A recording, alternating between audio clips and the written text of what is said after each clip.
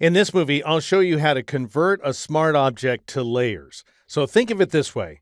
When you group layers together, you take for granted that you can ungroup them. However, in the many years since smart objects were introduced, they've been a one-way trip. So you can put things into smart objects, but you can't get them back out until now. And so what you used to have to do in the old days, if you wanted to get the contents of a smart object back out of the smart object, was double-click on it in order to open it in an independent image window. And then you would have to grab all these layers, which you can do by going up to the select menu and choosing all layers. And then you would have to basically drag them and drop them into the other image, or you could copy and paste or what have you. We would miss, however, the background because notice that it's currently not selected.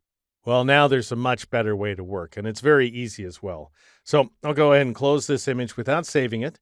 And then what I'm going to do, just because things are going to change in just a moment, I'm going to select layers 2 through 4. So click on 2, shift click on 4, and then press the backspace key here on the PC or the delete key on the Mac to get rid of them. Now I'll select layer 1, and I'm going to go up to the view menu and choose clear guides. And just one more thing before we go any further, I want you to notice here in the layer comps panel that the layer comps are a little bit confused, but they still work. If I click in front of one title only, we see the words enhanced warp. If I click in front of many titles, we see the words warp enhancement. So the layer comps are confused because the other layers are missing, but they're working fine for this one remaining layer.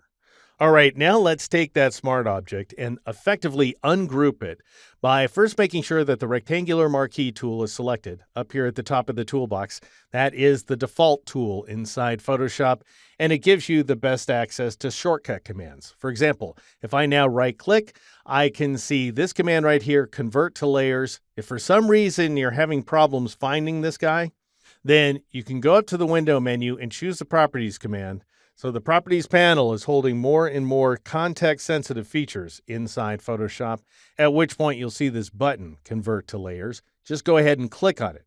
Now, Photoshop may give you an alert message. It probably will, in fact, and it's going to tell you that any transformations that are applied to this smart object are going to disappear because those are non-destructive transformations. Specifically, I scaled this smart object to 46%.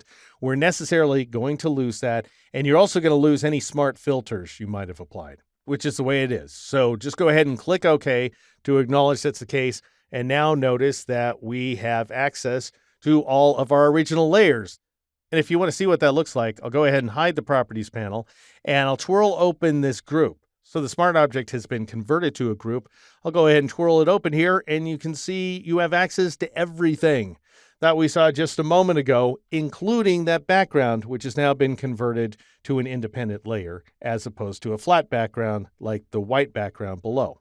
All right, so if I want to center everything inside the image window here, then I would make sure the group was selected, and I would select the Move tool, which you can get by pressing the V key. And then you just need to press Control A or Command A on the Mac to select the entire image. I'll press Control 0 or Command 0 on the Mac to zoom out slightly so that you can see that marquee. And now we can align all the group layers to that marquee by clicking on these alignment icons. So I'll start by clicking Align Horizontal Centers, and I get this weird error message that says that it could not complete the Horizontal Centers command because there are no layers to be moved. That's not true. There's tons of layers to be moved. Well, that's not what it means. I'll click OK.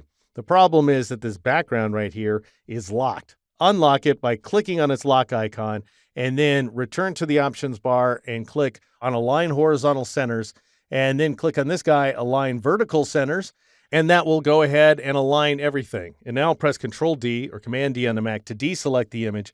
And because we don't need this group anymore, it was useful for alignment, but that's it. I'll get rid of that group by going up to the layer menu and choosing Ungroup Layers, or you have that keyboard shortcut of Control-Shift-G here on a PC or Command-Shift-G on the Mac.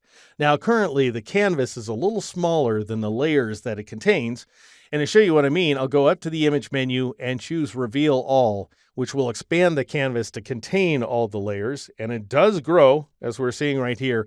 In fact, it grows a little too much to accommodate those little handles right there. And so what I'm going to do is drop down to this background item, which I'm going to rename Pre-Warp because that's its purpose. And I'll go ahead and press the Control key or the Command key on the Mac and click on its thumbnail to load it up as a selection outline. Now, I don't want to permanently crop anything away here, so I'll just switch to the crop tool, which will go ahead and set the crop to the exact size of that selection outline. And then I'll make sure delete crop pixels is turned off, this checkbox up here in the options bar, and I'll press the enter key or the return key on the Mac to accept that change. And then I'll switch over to the rectangular marquee tool so we can see the cropped version of the image. And we no longer need this layer 0. That's the old actual flat background that got converted to a layer by the crop tool. So I'll select it and press the backspace key or the delete key on the Mac to get rid of it. And I'll turn on this final layer right here. I'm going to turn off the grid layer, and that way we can see it before and after. This is the image before I warped it back in chapter 2, and this is the image after the warp enhancement. And that's how you effectively ungroup a smart object, whether it's linked or embedded, by converting the smart object to layers here inside Photoshop 2020.